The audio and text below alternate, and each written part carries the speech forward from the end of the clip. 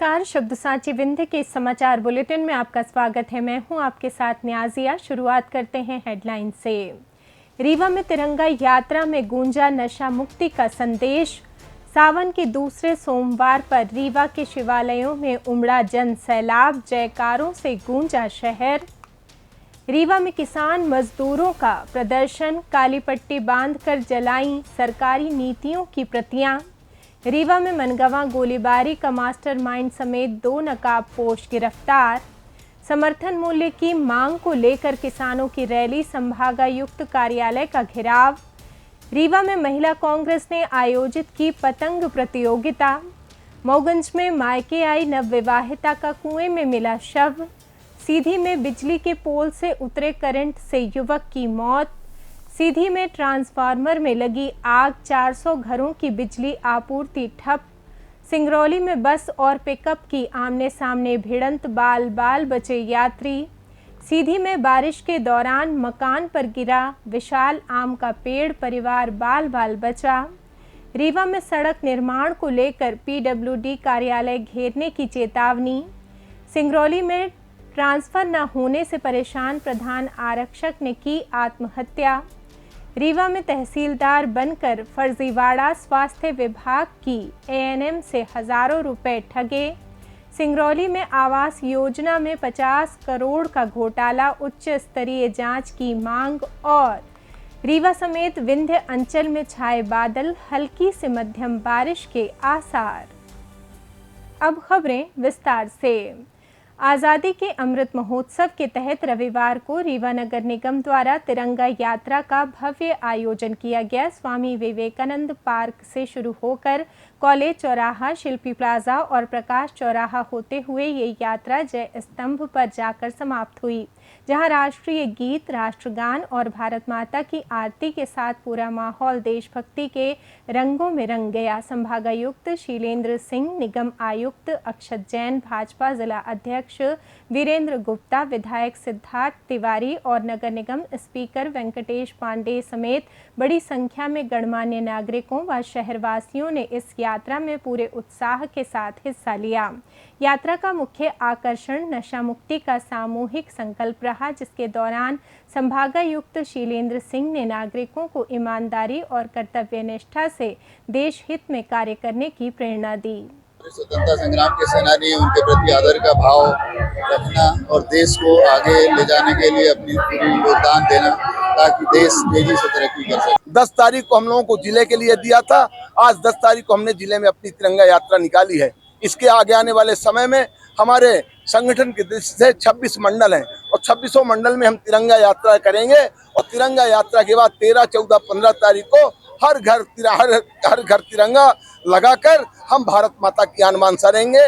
और 15 अगस्त को स्वतंत्रता दिवस बनाकर रीवा में सावन महीने के दूसरे सोमवार पर रीवा शहर पूरी तरह शिव भक्ति के रंग में रंगा नजर आया। सुबह से ही शहर के प्रमुख धार्मिक स्थल महामृत्युंजय धाम, मनकामेश्वर मंदिर और किला परिसर स्थित शिवालयों में जलाभिषेक और पूजन अर्चन के लिए श्रद्धालुओं की लंबी कतारें लग गईं। भक्तों ने भगवान भोलेनाथ को जल, दूध और बेलपत्र अर्पित कर सुख समृद्धि की मनोकामना मांगी।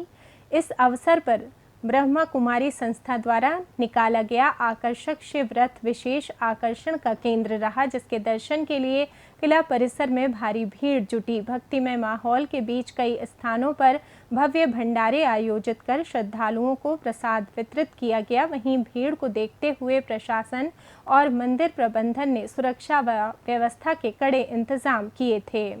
भारत छोड़ो आंदोलन की 84वीं वर्षगांठ पर संयुक्त किसान मोर्चा और ट्रेड यूनियनों के देशव्यापी आह्वान के तहत रीवा के रतहरा सहित सिरमौर, सिमरिया, मऊगंज, सतना, सीधी और सिंगरौली में किसानों व मजदूरों ने काली पट्टी बांधकर विरोध प्रदर्शन किया। प्रदर्शनकारियों ने 4 श्रम विरोधी कानूनों को वापस लेने, मनरेगा बहाली, एमएसपी की कानूनी गारंटी और भारत अमेरिकी मुक्त व्यापार समझौते को रद्द करने जैसी प्रमुख मांगों को लेकर नारेबाजी करते हुए नीतियों की प्रतियां जलाईं। इस अवसर पर एसकेएम नेता शिव सिंह ने चेतावनी दी कि यदि सरकार का रवैया नहीं बदला तो 26 नवंबर से देश भर में बड़ा आंदोलन किया जाएगा।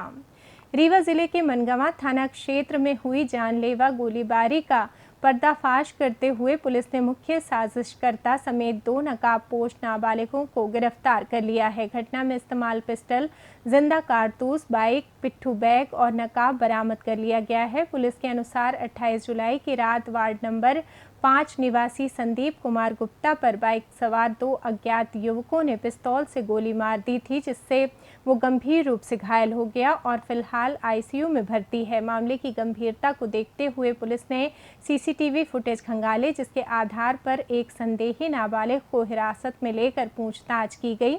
पूछताछ में खुलासा हुआ कि संदीप के पड़ोसी सत्य प्रकाश गुप्ता ने पुरानी रंजिश के चलते 2 नाबालिगों के साथ मिलकर हत्या की ये साजिश रची थी। पुलिस ने मास्टरमाइंड सत्य प्रकाश और दोनों अपचारी बालकों को गिरफ्तार कर मामला दर्ज कर लिया है।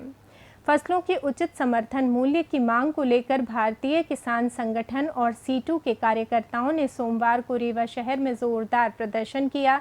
स्वामी विवेकानंद पार्क में एकत्रित होने के बाद कार्यकर्ताओं ने विशाल रैली निकाली और संभागायुक्त कार्यालय पहुंचकर उसका घेराव किया। देशव्यापी विरोध प्रदर्शन के तहत आयोजित इस शांतिपूर्ण आंदोलन के दौरान किसानों ने प्रधानमंत्री और राष्ट्रपति के नाम एक ज्ञापन भी सौंपा। प्रदर्शनकारियों ने अपनी मांगों पर अड़े रहते हुए सरकार और प्रशासन से शीघ्र सकारात्मक कार्रवाई करने की अपेक्षा जताई है। महिला कांग्रेस की राष्ट्रीय अध्यक्ष अलका लांबा के निर्देश पर रीवा ग्रामीण महिला कांग्रेस की अध्यक्ष विजयलक्ष्मी मिश्रा द्वारा आचार्य नगर स्थित संजीव हाई स्कूल में एक पतंग प्रतियोगिता का आयोजन किया गया। इस प्रतियोगिता में 20 से 25 वर्ष की युवतियों ने बड़े उत्साह के साथ भाग लिया और अपनी कल्पनाशीलता से सुंदर सुंदर पतंगें बनाईं। कार्यक्रम के अंत में प्रथम, द्वितीय व तृतीय स्थान प्राप्त करने वाली विजेताओं को पुरस्कृत किया गया। मोगंज जिले के हनुमना थाना क्षेत्र अंतर्गत पाती ननकू सिंह गांव में सोमवार सुबह मायके आई नवविवाहिता वंदना साकेत का शव गांव के ही एक कुएं से संदिग्ध अवस्था में बरामद हुआ। परिजनों के अनुसार वंदना रविवार शाम करीब 7 बजे नित्य क्रिया के लिए घर से निकली थी और देर रात तक वापस नहीं लौटी। खोजबीन के दौरान रामबहोर द्विवेदी के कुएं के पास उसकी चप्पल, चूड़ी, पायल और अन्य सामान बिखरा मिला, जिसके बाद ग्रामीणों की मदद से सोमवार सुबह कुएं से शव निकाला गया। बताया गया कि मृतका की शादी इसी साल 14 मई को हुई थी। इस हादसे से गांव में सनसनी फैल गई है।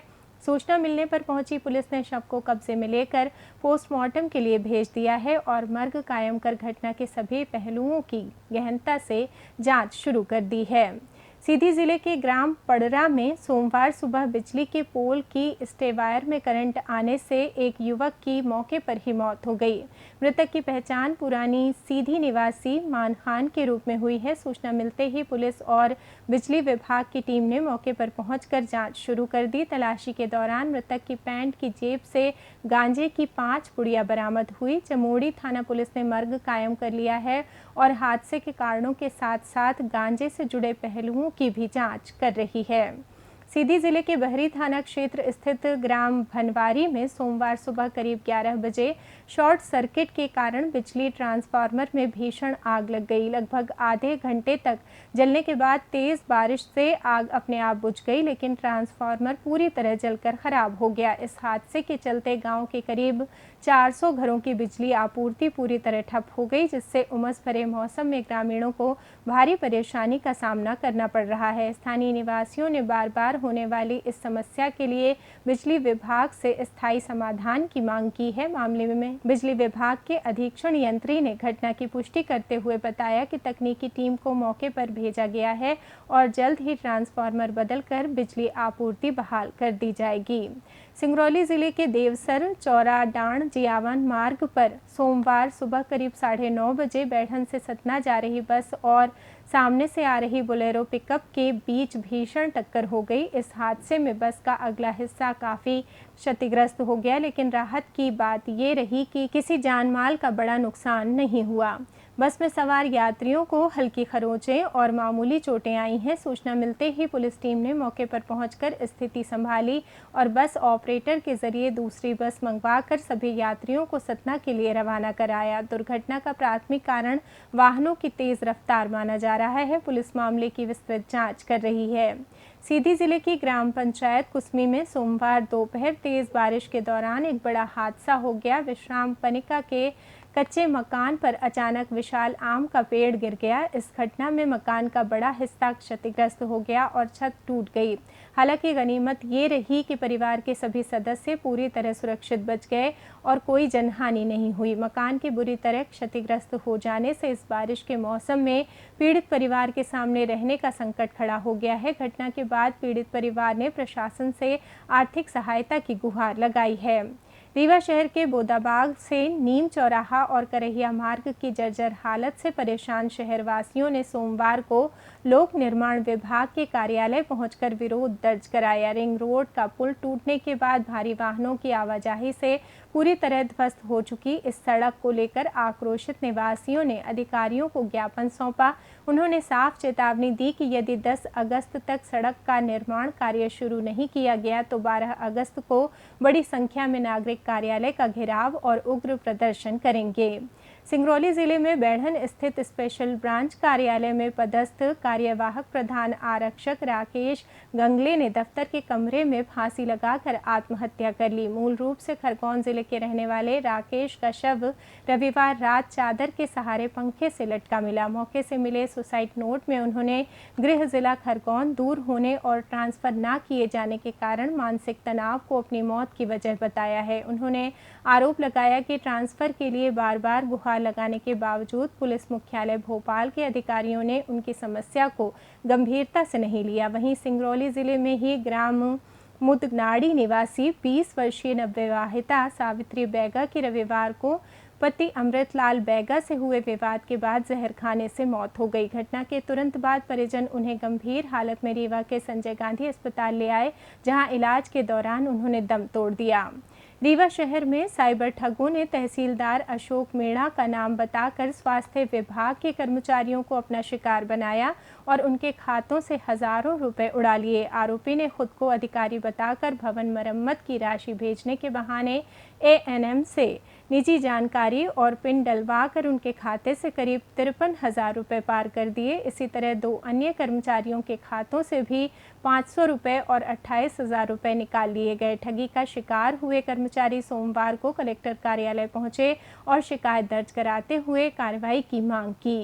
सिंगरौली नगर निगम की IHSDP आवास योजना में करीब 50 करोड़ रुपए के कथित भ्रष्टाचार और वित्तीय अनियमितताओं की निष्पक्ष जांच के लिए ऑल इंडिया मुस्लिम त्योहार कमेटी ने सोमवार को मुख्यमंत्री डॉक्टर मोहन यादव के नाम ज्ञापन सौंपा। कमेटी के जिला अध्यक्ष सैयद अदनान हसन के नेतृत्व में सौंपे गए इस ज्ञापन में योजना के निर्माण कार्य, बिल भुगतान, हितग्राही चयन और राशि वितरण से जुड़े सभी अभिलेखों की उच्च स्तरीय जांच कराने तथा दोषियों से सरकारी धन की वसूली करने की मांग की गई।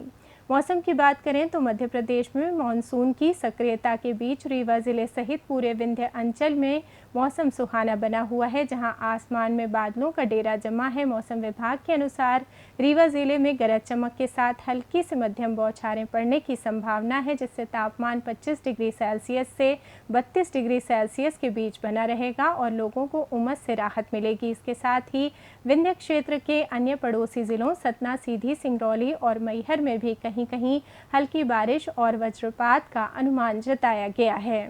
इसी के साथ ये समाचार बुलेटिन समाप्त हुआ। कल फिर मिलेंगे नई खबरों के साथ। जुड़े रहिए शब्दसाची विंध्य से और विंध्य से जुड़ी तमाम खबरों के लिए हमारे चैनल को सब्सक्राइब कर दें। वीडियो को लाइक करें, शेयर करें और बेल आइकॉन दबाना ना भूलें। अपने आसपास की खबरें हम तक पहुंचाने के लिए स्क्रीन पर दिए नंबर पर आप संपर्क भी कर सकते हैं। धन्यवाद।